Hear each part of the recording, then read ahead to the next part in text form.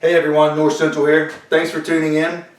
As the title says, we're going to be doing some pickled beets today here in my kitchen. But these just aren't any ordinary pickled beets, okay? These were handed down to from my mother, who made this exact same recipe when I was a child, knee-high to a grasshopper. Forget your pies, forget your cakes. When dessert was put on the table, she brought out a quart jar of pickled beets that she did. This is the recipe. You're going to want to watch this video, sit down, tuckle up, and I'm going to bring the camera in closer and we're going to get started. Alright guys, so the first step is really simple. You got to process your beets, okay? You're going to have to clean them up. I just run some cold water, take a little brush and try and get as much dirt and stuff off of them as I can. I got these from a local farmer's market. They still had the tail on them, the leaves and things. And I didn't cut this one quite far enough because I wanted to show you. You're not going to take a knife and come in here and cut the top of this off, okay? You're going to cut the stems here, okay? And you're going to leave just about 1 inch, just to make sure you leave enough, okay? So 1 inch, and this is what it's going to look like. Wash it, cut your stems off, and we'll go to the next step. Okay, next, once we got all the stems off and we've washed them down a little bit, we're going to want to put them in a pan because we got to boil them for a little bit. But when you put them in the pan, and this is the 8-quart stainless steel pan, you can use whatever pan you want. This is the one I'm using. You want your biggest beets on the bottom. So go through your little pile of beets that you have and get the biggest ones that you have and put them on the bottom. This one still needs to be cut a little bit.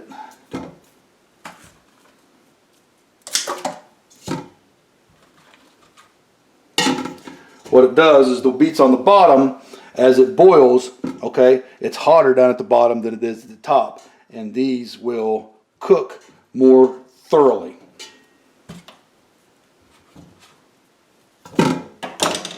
Oops.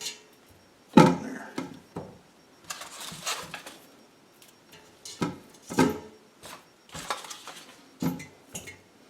Oh, just for comparison, this is the beet that I grew, and this is the beet that I bought. Horrible at growing beets. Alright, so all the beets are in the pan. Need to add water.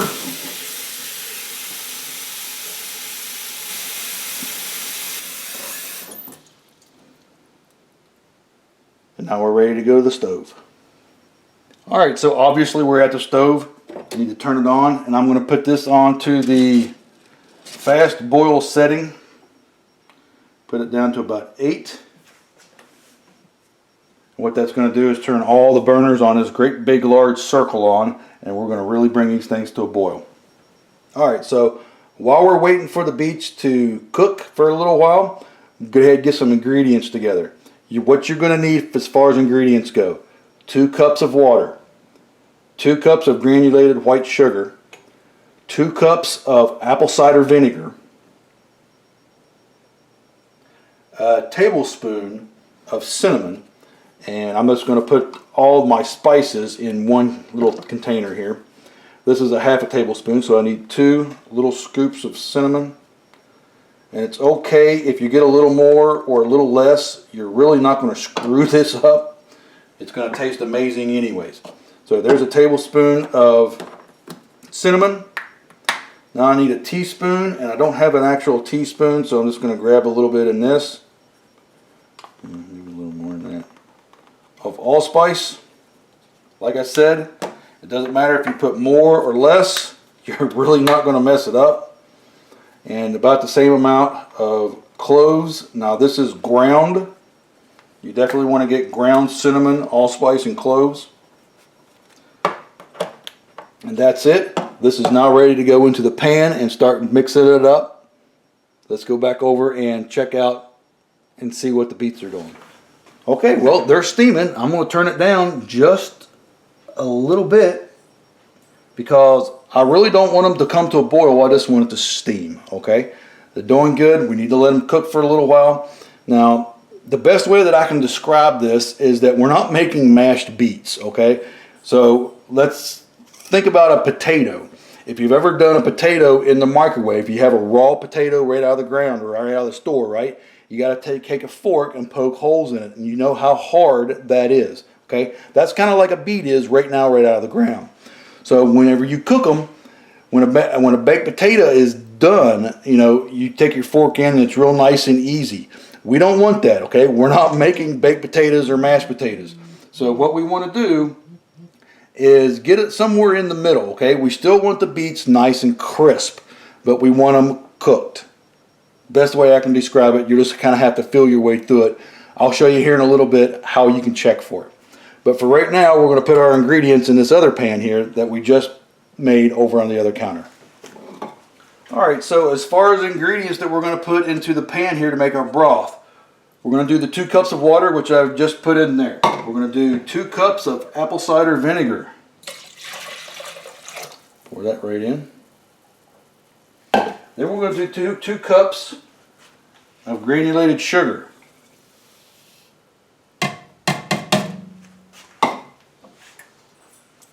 And then we're going to do the spices that we measured out.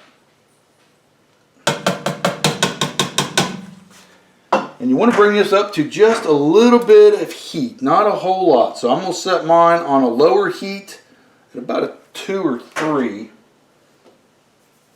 And then you're going to want to stir it up. So we got all of our ingredients together. It's just a matter of stirring it up, mixing it real nice. Put a little bit of heat up underneath of it, just to help everything go into a liquid and be absorbed by the water and the vinegar and everything.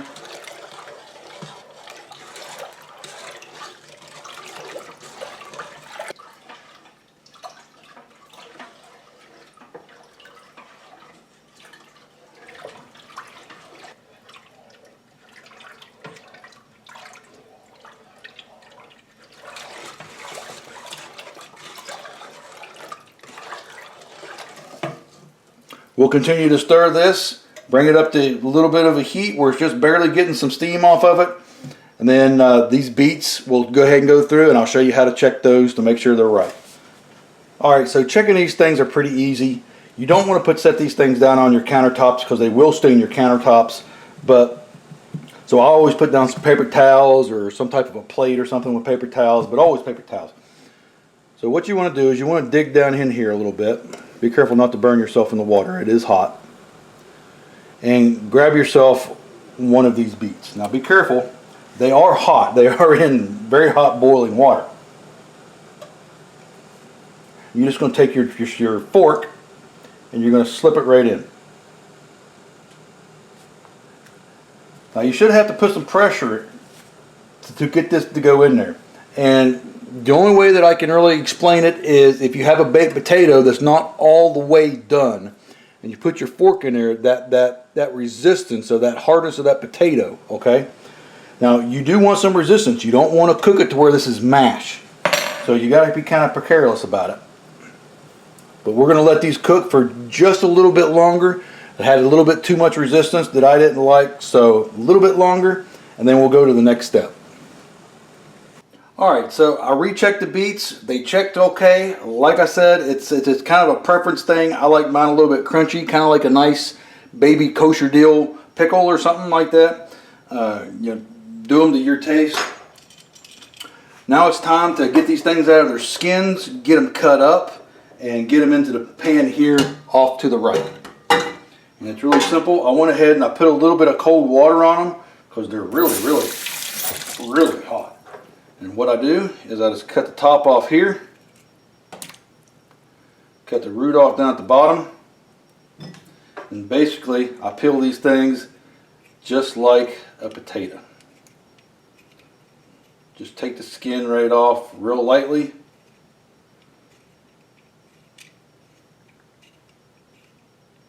Be careful, they are still very hot. Whew. Some people like to wear rubber gloves with these or some type of nitrile gloves. It really doesn't bother me to stain my fingers a little bit. I just tell people that I was doing some beets. If you don't leave it on your fingers for very long, it'll just come right off anyways. So that looks pretty good right there. So there's the first beet. Now you can slice and dice and cut these things up really any way you want. You can cut them this way and make nice slices. You can cut them lengthways into slices. I like to quarter mine up and make chunks. Just like so. Whew. Hot, hot, hot, hot. And we're just going to put them right in here. Might have to let these cool down just a little bit more.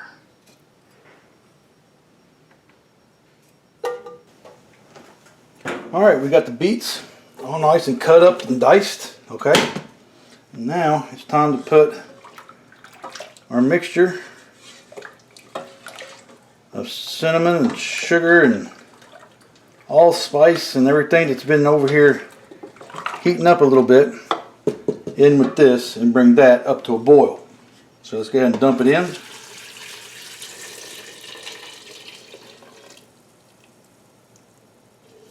Like so. Now we got to bring this up to a boil, and it's got to boil for 10 minutes. So let's bring it up under regular heat on high.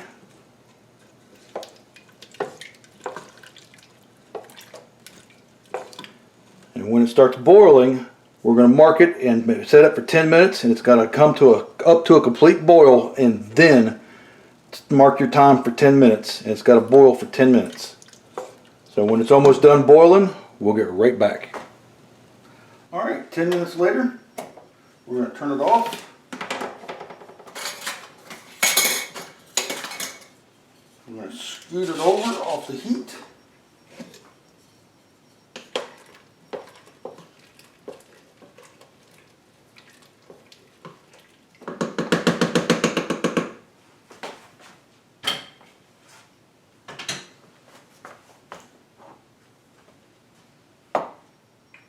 I like to hold my jars.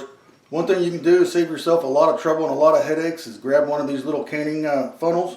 They work really, really great. And what we're going to do is we're going to take and dip our stuff out.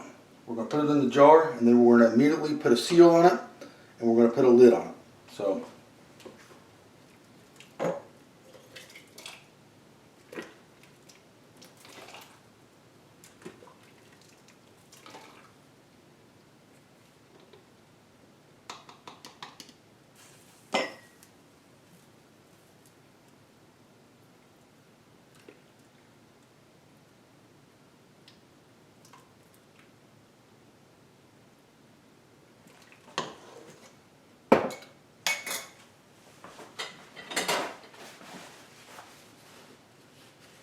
off any juice that you might get on the threads.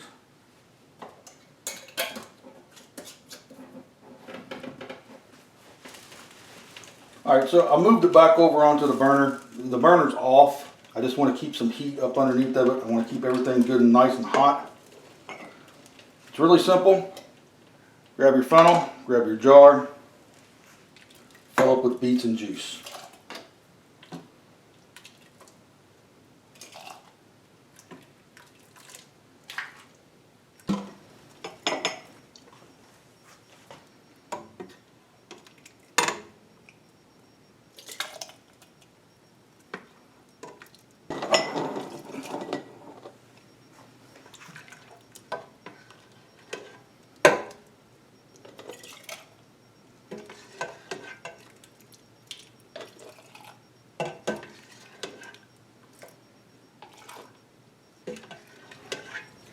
Alright guys, so that's pretty much it. The sweet pickled beets, what I affectionately call Mama K's sweet pickled beets because my mother's first name starts with a K. But it came up, I had 5 pints, which is 2.5 quarts. I missed it by 1.5 quarts or 3 pints. Probably if I had it somewhere around another 8 to 10 good sized beets, I could have filled these up and maybe had a couple left over. But the mixture makes 4 quarts worth. Okay, so I do have some extra as well as a nice little mess that I got to clean up now. So I hope you like the recipe. I hope you try the recipe. They're some of the best beets that I've ever had, and I've had quite a few and tried to do quite a few different recipes. this is it. This is the best. Hope you enjoyed the video, and until next time, this is North Central.